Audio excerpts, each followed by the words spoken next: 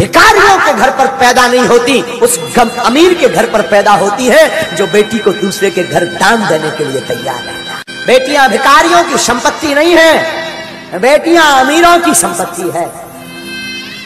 याद रखना, बहुत से धूर्त लोग, बहुत से कम बुद्धि के लोग किसी की बेटी को घर पर लेकर के आते हैं और उसके पिता का, उसकी माँ का इतना अपमान करते हैं। उन्होंने दिया ही क्या, उन्होंने किया ही क्या, क्या सम्मान किया हमारा? मेरे प्यारो, मैं निवेदन करूं, उस बाप से पूछना जो अपनी बेटी के विवाह के लिए 2 साल पहले से तैयारी करता है, रात और दिन एक कर देता है।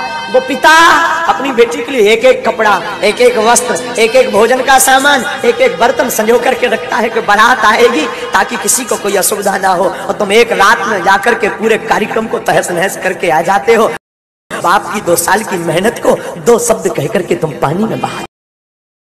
आज गुजरती होगी उस बाप पर, उस पिता पर। आजकल समझ ही नहीं होते हैं, बिजनेस होता है।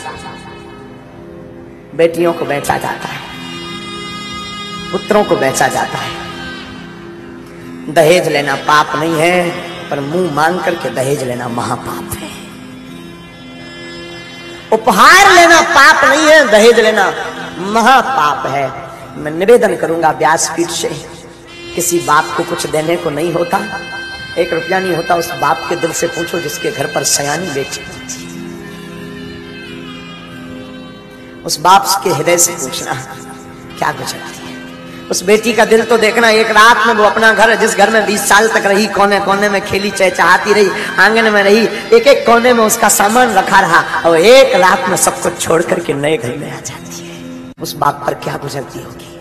हमने सुना है बाप का दिल इतना कठोर होता, किसी किसी का उसकी आंख में कभी आंसू नहीं आता, लेकिन हमने सुना है कोई ऐसा बाप होगा जिसकी बेटी की विदा हो, उसकी आंख में आंसू। बेटियां विवाह होने के बाद भी अपने पिता को नहीं भूलती। बेटियों का दिल कितना ऊंचा होता है ये तो क्या बताएं। बहनों का दिल कितना ऊंचा होता है। रक्षाबंधन का दिन हो, भाई के पास पहुंच ना पाए तो वो पड़ोस में, अंकल आप जाएंगे क्या, आप जा रहे हैं क्या अंकल, अगर जाना तो हमें बता देना। रात को ही वो सामान पूरा बना करके उसमें राखी रख करके पैक करके, अंकल हमारी माँ को दे देना, भाई को बांध दे। सबकी कलाई भरी होगी, हमारी भाई की सुनी ना रह जाए।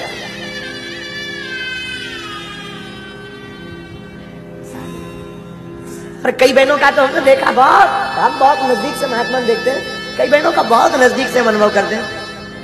कई बहनें तो भाई बहुत दूर रहता हो या बहनें बहुत दूर कोरियर कर देती हैं ताकि सबके बहनें आएंगी, सबके भाइयों के हाथों की कलाई पर राखी होगी, मेरा भाई सुनी कलाई लेकर के ना घूमे, वो पहले से भेज देती, फोन लगा दे, माँ रक्षाबंधन को बंधवा जरूर देना। बेटियां घर की प्रसन्नता है, बेटियां श्राप नहीं परमात्मा का दिया हुआ वरदान है। बेटियां अमीरों के घर होती हैं, जो धन से नहीं दिल से अमीर होते हैं उनके यहाँ बेटियां होती हैं।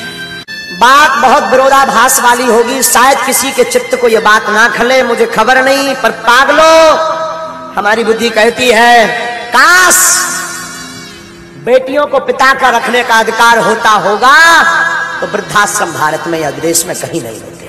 अगर बेटियों को माता पिता का रखने का अधिकार दे दिया जाए तो वृद्धाश्रम बंद हो जाएंगे। लेकिन ये बात भी बोलूं तो ये गलत नहीं होगी, वही बेटियां जब वहां ससुराल पक्ष में पति के घर जाती हैं और सास ससुर को ही माता पिता मान ले, तब भी वृद्धाश्रम बंद हो जाएंगे। बात कड़वी जरूर है पर है तो है। हर बेटी विवाह के बाद चाहती है जो मुझे सासू माँ मिले वो मेरी माँ जैसी मुझे छूट दे, मेरी माँ जैसी मुझे रखे, पर खुद बेटी नहीं बनना चाहती। और हर सासू माँ अपने पुत्र का विवाह करने के बाद चाहती है मेरी जो बहू आए तो मेरी बेटी की भांति रहे, पर खुद मां नहीं बनना चाहती। ये मोड़ खत्म हो जाए, ये रुकावट दूर हो जाए तो पागलों इस व्यासपीठ से भरे मंच से हनुमान जी के चरणों की शपथ खा करके कहते हैं घर घर नहीं घर स्वर्ग होने लगेगी। फिर हर घर में महाभारत नहीं, हर घर में फिर राम महोत्सव होने लगेगा। कि क्या गुजरती होगी बेटियों पर। एक घड़ी पुत्र नहीं आते हैं जब तबीयत खराब होती पिता की। बेटियां दूर रहते भी फोन लगा लेती, पिताजी कैसे।